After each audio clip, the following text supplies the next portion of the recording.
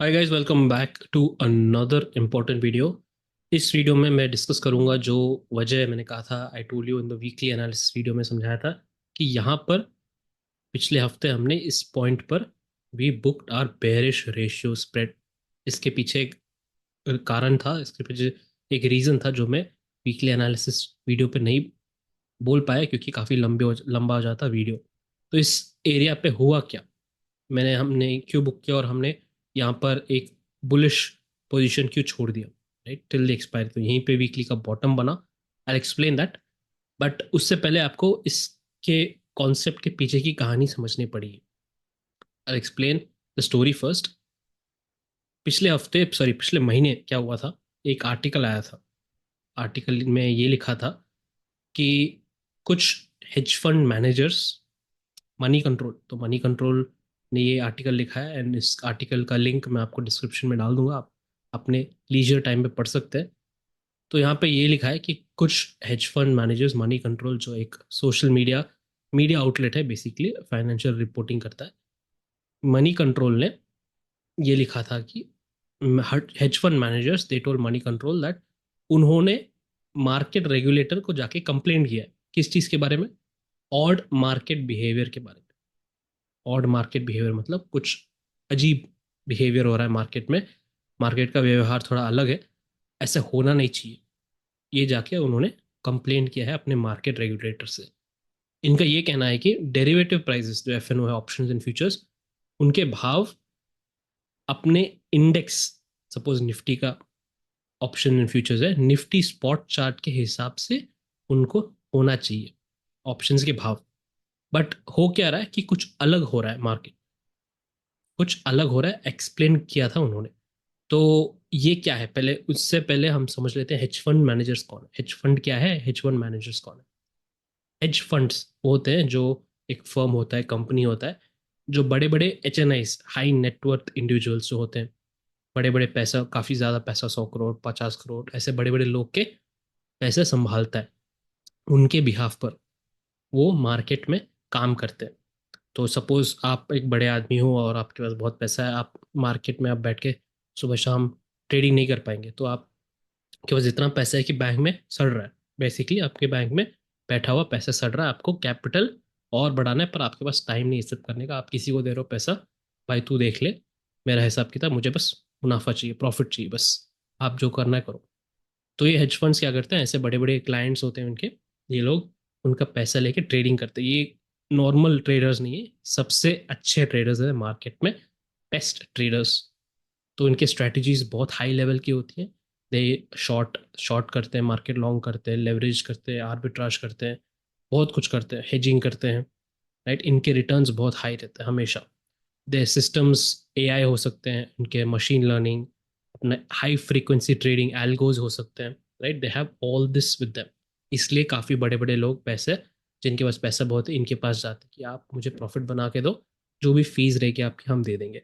तो फीस के बारे में बात किए तो फीस इनका यूजुअली 2% मैनेजमेंट फीस होता है। आप जितना भी सब 100 करोड़ दोगे हमको मैनेज करने के लिए, उसका 2% हम मैनेजमेंट फीस लेंगे। यहाँ पे डालना है, कहाँ पे डालना है, कैसे डालना है, उसका मैनेजमेंट। सपोज आपको कहीं और डालना है पैसे, जो हम कर रहे हैं उससे अलग आपको कहीं और डालना है, वो भी चलेगा, बट इसकी मैनेजमेंट फीस इतनी रहेगी। ऑलराइट। उसके बाद मैनेजमेंट फीस के ऊपर ये लोग एक 20% कमीशन लेते हैं प्रॉफिट पर। सो आप सपोज अपने महीने का 10 करोड़ बनाए, 10 करोड़ महीने के उनके लिए थोड़ा छोटी बात है, right? मैं बस छोटे हिसाब से बता रहा हूँ, 10 करोड़ महीने का, है ना। तो ये लोग क्या करते हैं, 20% उनके पास रखते हैं, बाकी 80% उनको दे देते हैं, उनको क्लाइंट है, राइट। 80% आपका, 20% हमारा, सिंपल। ये होते हैं hedge funds. Hedge fund manager कौन है अब, जो ये पूरा का पूरा कैपिटल हैंडल करता है ना, वो होता है इसका मैनेजर। हेज फंड मैनेजर काफ़ी होते हैं कंपनी में, इट्स नॉट लाइक एक ही होना चाहिए, काफ़ी हो सकते हैं हेज फंड मैनेजर्स एक ही कंपनी में। तो ये लोग रिस्क कितना डालना है, कहाँ पे बाई करना है, कहाँ पे सेल करना है, सपोज आपका पोजीशन प्रॉफिट में है, इसको कैसे काटना है या फिर इसको और ऐड कैसे करना है पोजीशन को, ये सब डिसाइड करते हैं हेज फंड मैनेजर्स। और ये डायरेक्टली अपने इन्वेस्टर्स को, क्लाइंट्स को जाके रिपोर्ट करते हैं, साल में इतना बना, इस फाइनेंशियल ईयर में इतना बना, आगे जाके ये एक्सपेक्टेशन है हमारा, राइट। तो ये सब इनको डायरेक्टली काम होता है हेज फंड मैनेजर्स का। तो ये एग्जांपल लेता हूँ तो आपको ठीक से समझ में आएगा। फॉर एग्जांपल ले लेते हैं कोई है high net worth individual, suppose Sachin Tendulkar ले लेते हैं।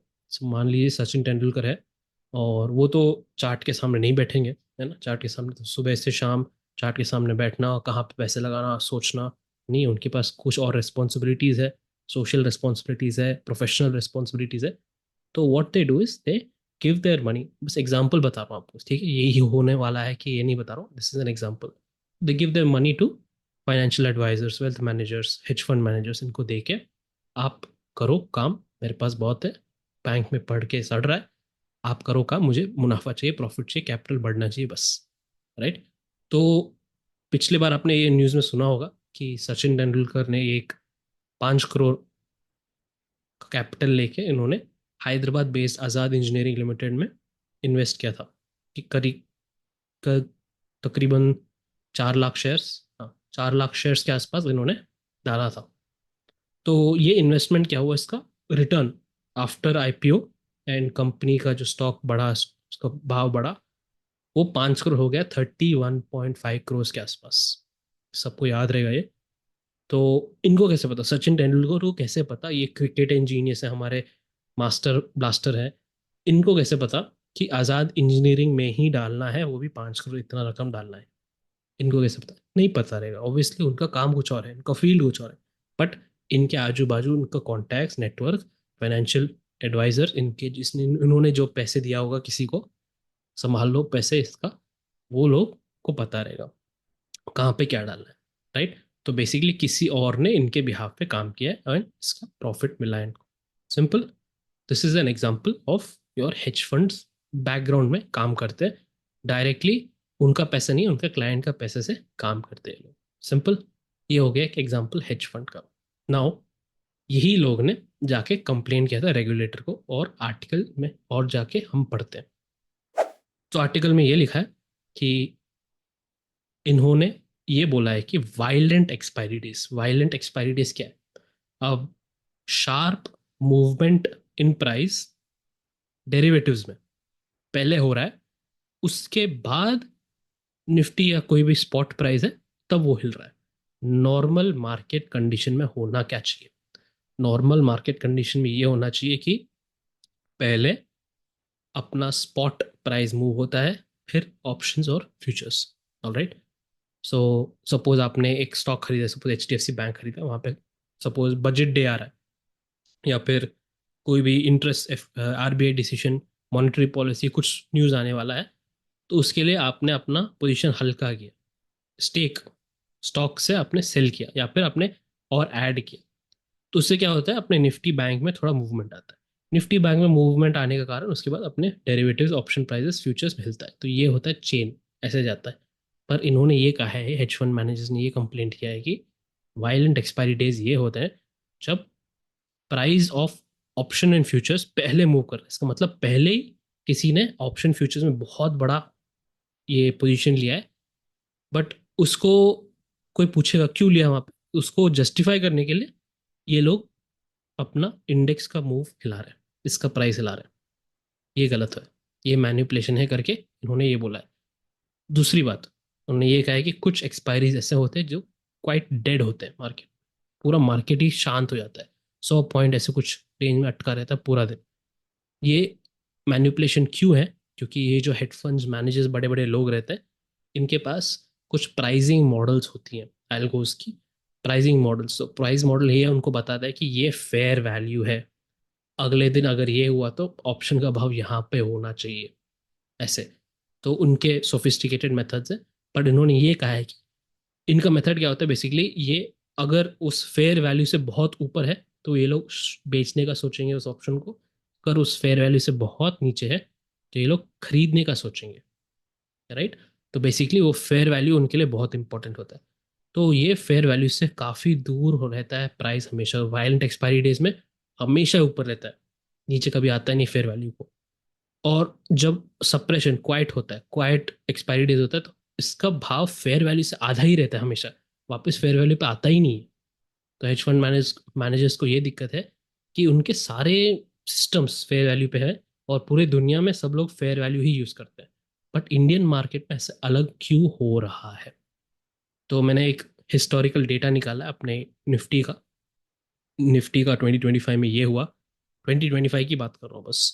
तो टोटल हमारे इस साल में, जहाँ जब तक मैं रिकॉर्ड कर रहा हूँ ये वीडियो, 23 एक्सपायरीज हो चुकी हैं, weekly expiries. Alright, 23 weekly expiries हो चुकी हैं, उनमें 11 वायलेंट एक्सपायरीज हुई हैं। मतलब 300 पॉइंट का मूव आया, तकरीबन नीयर 280, 300, 310, 350, उससे भी ज़्यादा। फॉर एग्जांपल बता रहा हूँ बस, अप्रॉक्सीमेटली 300 और 300 से ज़्यादा पॉइंट की मूवमेंट आई है एक्सपायरी डे में, डायरेक्शनल। 11 दिन 11 एक्सपायरीज ऐसे हुई हैं।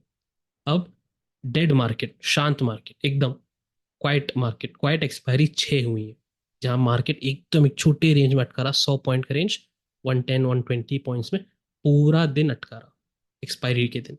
सो टोटल 23 एक्सपायरीज में से 11 वायलेंट मूव्स थे, 6 क्वाइट मार्केट थे, एकदम dead market. So approximately 70% probability है कि ये मार्केट मैनिपुलेशन हुआ है so far in 2025। Alright, now let us get back to the chart. इस वाले फॉल में, totally in this fall what happened was, एक ऑपरेटर ने चलो गिराया मार्केट को, यहाँ से सबको फंसाया एंड गिराया मार्केट को। सवाल ये है कि मुझे कैसे पता जहाँ पे ट्रैपिंग हुई है एंड एक ऑपरेटर ने यहाँ पे खेल खेला, कैसे पता मुझे? In the weekly expiry have explained it using FRVP, जो हमारा एफआरवीपी टूल है, सेम एफआरवीपी टूल, और जो मैंने लेक्चर में आपको समझाया था एफआरवीपी का, उसी को एनालिसिस करके हमने यहाँ पे एक ट्रैप ढूंढा, यहाँ पे समझा कि यहाँ पे मार्केट का ट्रैप है। राइट, तो ट्रैप कौन होता है? यूजुअली रिटेलर ट्रैप होता है। तो यहाँ पे ट्रैप हुआ है, एक तरफा मार्केट मूव हुआ है इस पॉइंट पर। और इस पॉइंट पर हमने अपना बेरिश पोजीशन क्यों बुक किया? बेरिश रेशियो स्प्रेड इसलिए बुक किया, यहाँ पे विक्स क्रैश हुआ था। ऑलराइट, तो पहले विक्स का चार्ट ले लेते हैं। This is approximately 1245 and then market went little bit sideways till 115। तो 115 को, ये इंडिया विक्स का चार्ट, उसी दिन 3 जून का इंडिया विक्स क्रैश हुआ था 4% एक ही कैंडल पे, 3.54%। एंड पूरे दिन में एटलीस्ट नियरली 4-5% का क्रैश हुआ था और गिरते गए एकदम। ऑलराइट, तो अब ये वाला पॉइंट जो मैं आपको समझाऊंगा, ध्यान से सुनना, शायद किसी ज़्यादा रिटेलर्स को नहीं, 90% रिटेलर्स को नहीं पता होगा।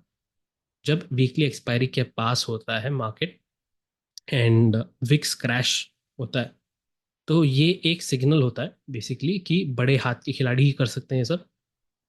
इनको वॉलेटिलिटी नहीं चाहिए। विक्स क्रैश होने का कारण ये है कि वॉलेटिलिटी नहीं होना है, दे डोंट वांट वॉलेटिलिटी, उनको नहीं चाहिए। तो उन्होंने क्या किया है, बड़ा पोजीशन ऐसे बनाया कि वॉलेटिलिटी कम हो जाए, मार्केट विक्स क्रैश हो जाए। सिंपल, इसका ये मतलब है वो लोग एक्सपेक्ट कर रहे हैं कि इस एरिया में जाके एक्सपायरी होगा, इस एरिया में जाके एक्सपायरी होगा। तो हमने सो फार क्या देखा है, एक खिलाड़ी आके यहाँ पे ट्रैप किया है सबको, मार्केट गिरा है।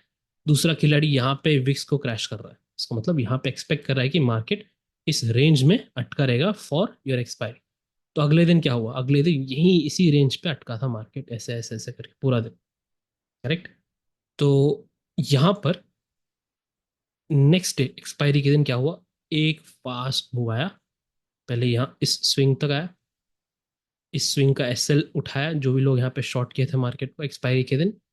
एक्सपायरी के एंड में वापस बड़ा सा एक मूव आया, जो पुराना वाला लेवल, इसने एसएल हटा के वापस क्रैश हो गया नीचे। Simple. So this is a violent expiry in the market. तो दूसरे वाले ऑपरेटर ने कहा कि नहीं भाई, तुम कौन हो यहाँ पे डिसाइड करने वाले कि तुम यहाँ पे एक्सपायर करोगे मार्केट? उन्होंने इस इनको भी फंसाया और वापस चढ़ा दिया मार्केट।